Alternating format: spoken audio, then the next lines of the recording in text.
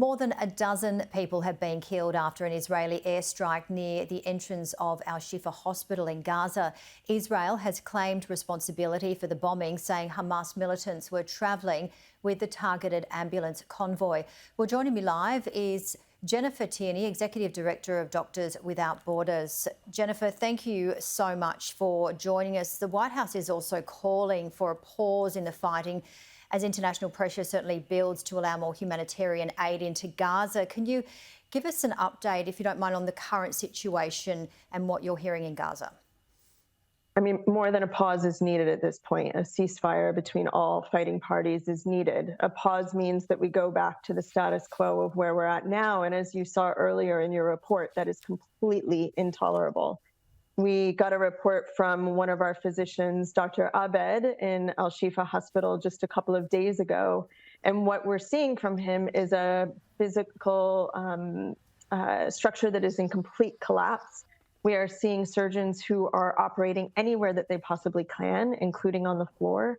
They're operating on children with very little pain medication who have massive trauma, huge broken bones. They've been crushed oftentimes by buildings. It's a situation that is an absolute living hell for people living in Gaza and for the physicians and nurses and medical teams who are just trying to bring them help. We just heard from our Sky colleague a report talking about where people have been told to move to the south, known as the evacuation zone, and potentially being safe, saying that that area is not safe.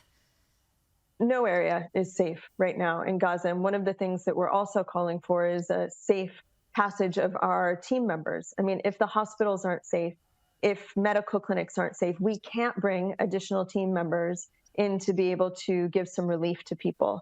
I mean, at this point, we are so far outside the bounds of just humanitarian ethics to be able to support non-combatants in a conflict. We really need that extra support. I mean, Gaza has been supported by hundreds of trucks coming into Gaza on a daily basis with food, with water and supplies, and it's been a trickle for almost a month now. So people are living without all the basic necessities of life. So in addition to medical care, we just need to provide them with the basic things that they need to survive. We heard overnight Israeli Prime Minister Benjamin Netanyahu saying there would be no temporary ceasefire until the roughly 240 hostages held by Hamas are released. Horrifying for these hostages, their families, people living in Israel who are basically living in shelters as well.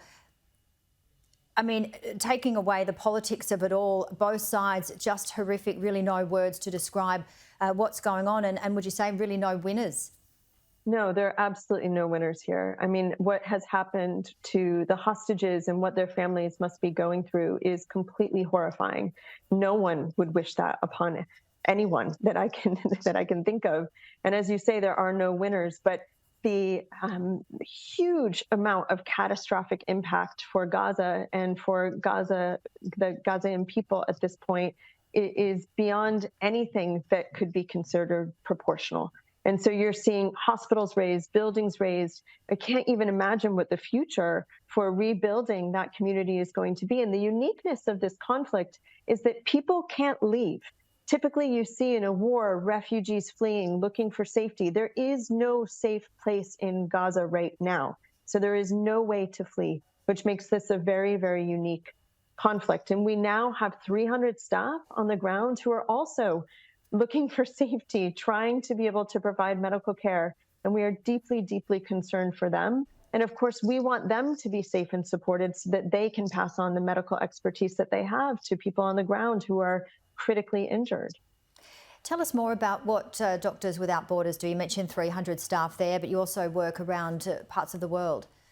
Yes, I mean, we work in 70 countries around the world, in conflicts around the world. We've been working in Gaza in Palestine since 1989.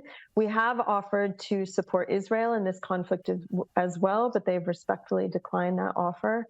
And so in Gaza, we have been providing burn support, mental health support, and trauma support to numerous medical facilities there. We had 22 international staff who were just luckily let out of Gaza just a couple of days ago. We want to get an emergency team back into Gaza, but we have to have some kind of guarantees that medical facilities will be sacred ground and not attacked in order for us to be able to do that. And you've described a little bit about what you need. What else do you need, and what does the community need, or what can people listening do to help? We need a ceasefire. Everyone, both sides, need to have hospitals and medical care that is available to them at all times. And so we need hospitals to not be a target. We need the blockade lifted. We need electricity restored. I mean, think about it. You have babies in NICU, you have ICU patients, and without electricity, they're going to be unable to survive. So we have to get fuel in for electricity in Gaza. We have to get food and basic items to be able to help people to survive. And we need a guarantee of safety for medical teams. Of course, people can donate, but at this point, it's incredibly challenging for so many organizations to be able to move. We've had a huge amount of supplies go in to support surgical interventions at this point. That's going in with the WHO. But we need to be able to get more supplies on the border with Egypt and move them in as soon as possible.